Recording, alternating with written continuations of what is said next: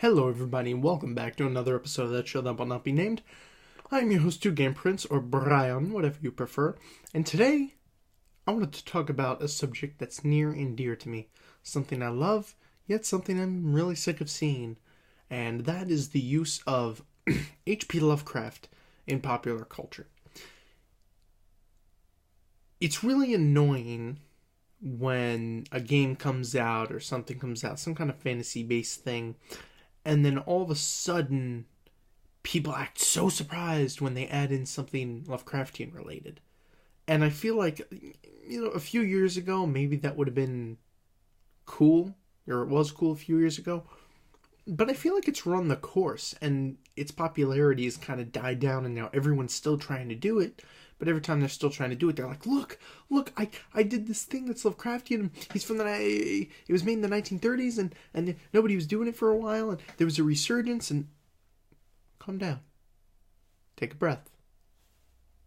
We've been seeing it a lot lately. It's not all that big. I mean, sure, many people have their own different ways to do it, whereas certain video games have you take the ability to be able to actually combat these creatures, whereas other forms of entertainment stick to the whole they're just kind of overarching and there's no possible way I could fight them type deal. There was a new game coming out. It's called The Sunken City, I believe. They're The Sinking City.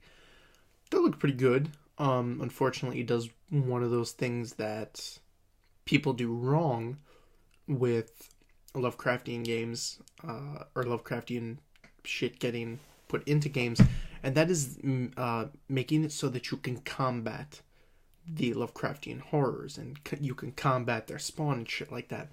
And in the original stories, it was never really the case. Humans were never able to stand up to the creatures, and that was the whole point. That's what made them scary. It was a being we could do nothing against. And it was this kind of horror that in the face of we were completely powerless, and that's what made it scary. After all, 90% of Lovecraft's stories were just insane people rambling for God knows how long about the shit that they had seen, how it had fucked them up, and how they never want to see it again, and how the things that they saw were completely indescribable, yet each time they somehow find a way to describe them. And I'm just tired of people writing something or making something and they come up and they're like, oh, look, it's Lovecraftian, look what I did, blah, blah, blah, blah. It's over. The revolution is lost and done. It's kind of like when vampires were a big thing, and then there was Twilight, and then there were more underworld movies, and then there was the Vampire Diaries, and then every freaking teen girl from here to Topeka, Kansas was writing fucking vampire fan fiction, vampire romance, blah, blah, blah, blah, blah. And yet nobody brought up Anne Rice's name, nobody remembered the Vampire Chronicles or anything like that. It was weird. I don't know, it was a very weird time, because I had gotten into the Vampire Chronicles shortly after that. And I would say I'm a modest fan of it. I don't really swoon over the fact that every single one of the vampires in her books is a homosexual. Like, I understand the whole need for, oh, well, they're immortal, so they got no worry of dying, so they kind of have the laissez-faire attitude, and they get rid of gender. It doesn't mean anything. I thought that was a pretty cool take on it. But at the same time, let's face it, people aren't reading it for, Lestat,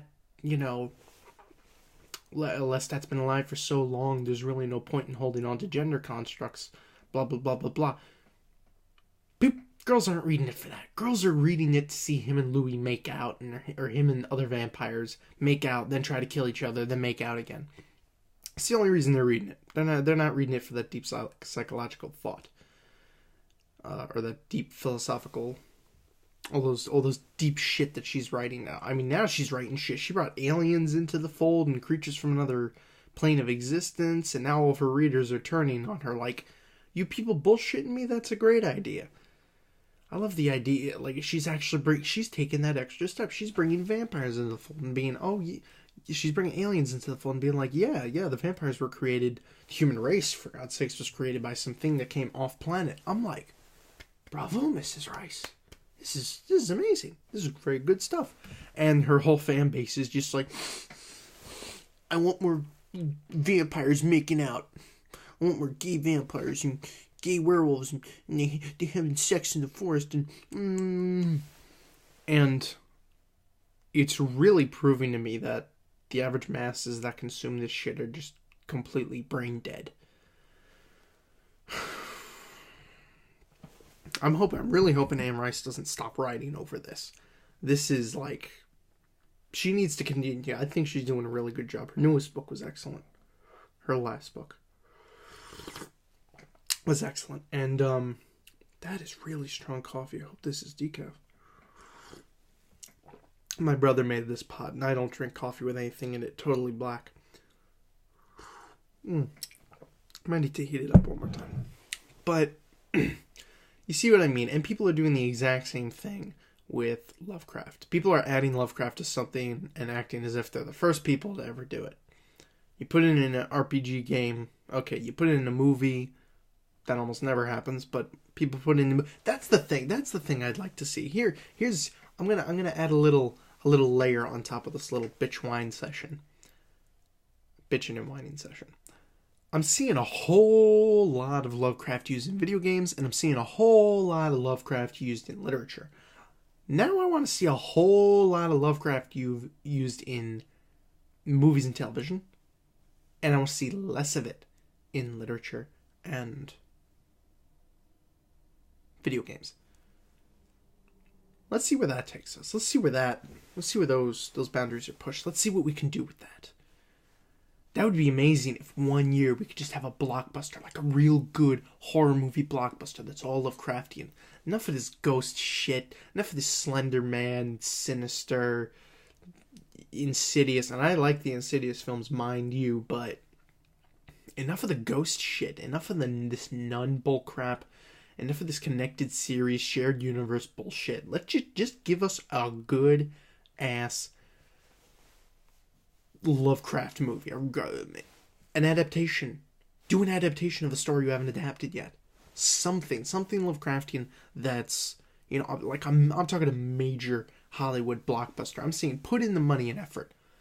Hire a good actor. Good director. Sorry, not enough coffee yet. It's going down rough, but I'm getting there.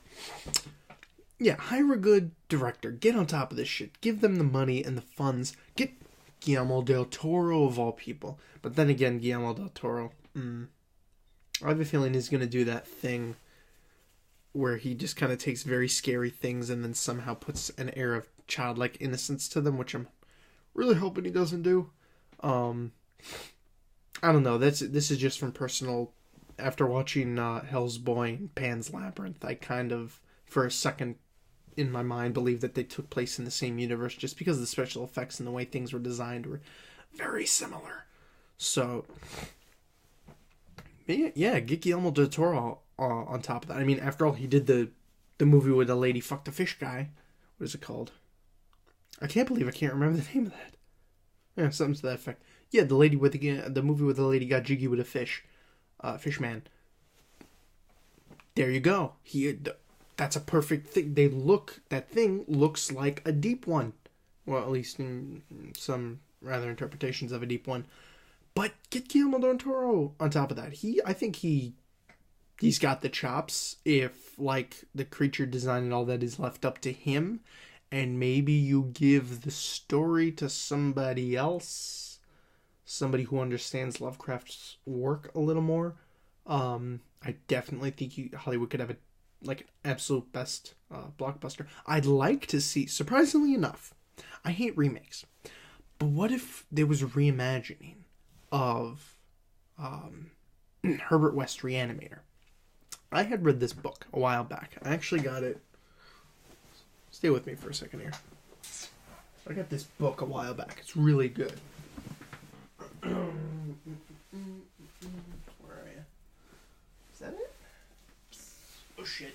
Okay, I got you. Calm down. Alright. Okay, there's this book. I got this a while back. It's from Quirk Publishing. Now, they're not asking me to sponsor them, play blah blah blah, or anything like that. This book is called The Resurrectionist by, what's his name? E.B. Oh, I feel so bad I can't read this. Hudspeth. E.B. Hudspeth, The Resurrectionist. And this book is essentially about the experiments of, what's this guy's name? Something Black. Academy of Medicine. This is an amazing book. And it goes into detail about, there's like dioramas in here.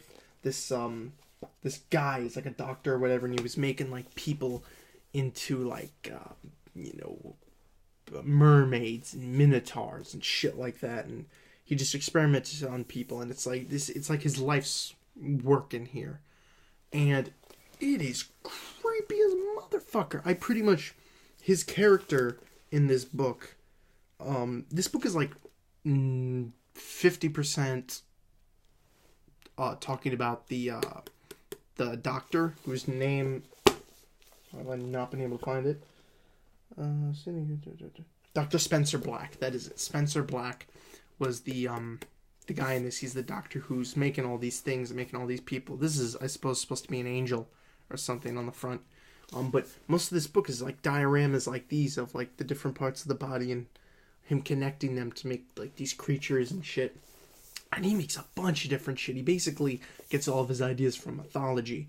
And this book is like 50% talking about Spencer Black, his past, how he came to did what he did, or do what he do, and then his experiments and whatnot on top of it. But this book was fucking awesome. This was amazing. This scared the shit out of me. And the attention to detail on this was great. And I saw this Spencer Black character, and this hit me with a kind of like Lovecraftian type thing, but it wasn't. It didn't seem intentionally Lovecraftian, is the thing that, raised my eyebrows about it. It was very interesting, and when I looked at that, I figured Spencer Black, that struck me as very Herbert West-ish. So, amazing book. That was by Quirk Publishing. But something like that. Like, that's some good original horror. It's not ghosts, it's not demons, it's just a fucked up dude making fucked up creatures. And I understand there will be people asking, well, what about the human centipede? Okay, let me tell you something. The human centipede was based on one thing and one thing alone. Getting a movie into theaters in which people's mouths are sewed into people's assholes. That was the whole selling point of the movie. That's all anybody talked about. That's all that was joked about. That's it. That was the selling point of the movie. Asses and anuses. Hate to be the breaker of the bad news, but... I'm sorry, I hate to be the breaker of the truth, but that was the whole selling point of that movie. People's mouths on people's butts. And they were sewn together, and it was fucked up, and that was the thing. This is a good idea. A dude who tries to create mythological creatures out of human beings and animals that he wants to sew together and fucking bring back to life and shit. Amazing. Now, getting back to the original issue at hand, people need to stop. Like, I'm also seeing a lot of this in, like D&D or World of Warcraft or shit like that, where they'll always have, or Wizard 101, where they will have, some kind of world, like it's a world dedicated to Lovecraftian stuff. And come on, it's just unoriginal at this point. It's become so old, and now I actually find myself getting bored of hearing about Lovecraftian stuff. I remember a time long ago where I would have been excited as a pig in shit to learn about new Lovecraftian stuff, new stories people were making, yada yada. And now to me, it's becoming just as old, worn, and played out as zombies, vampires, and the occasional ghost. So, I think we're steadily reaching an impasse when it comes to ideas. Hopefully, by the time I'm 30? I don't know. 22 now. Hopefully, by the time I'm 30, we will have come up with some banger ideas. Hopefully, Hollywood will be back in shape. The comic industry will be thriving. That is, by that time, if we haven't all bombed each other into the Stone Age, and new ideas are able to flourish once again, and the world isn't completely run by idiots. So, what else can we do except wait and see what happens? So I think that's going to do it for this episode, everybody. I'll see you later. Slanja. And, yeah, join me next time.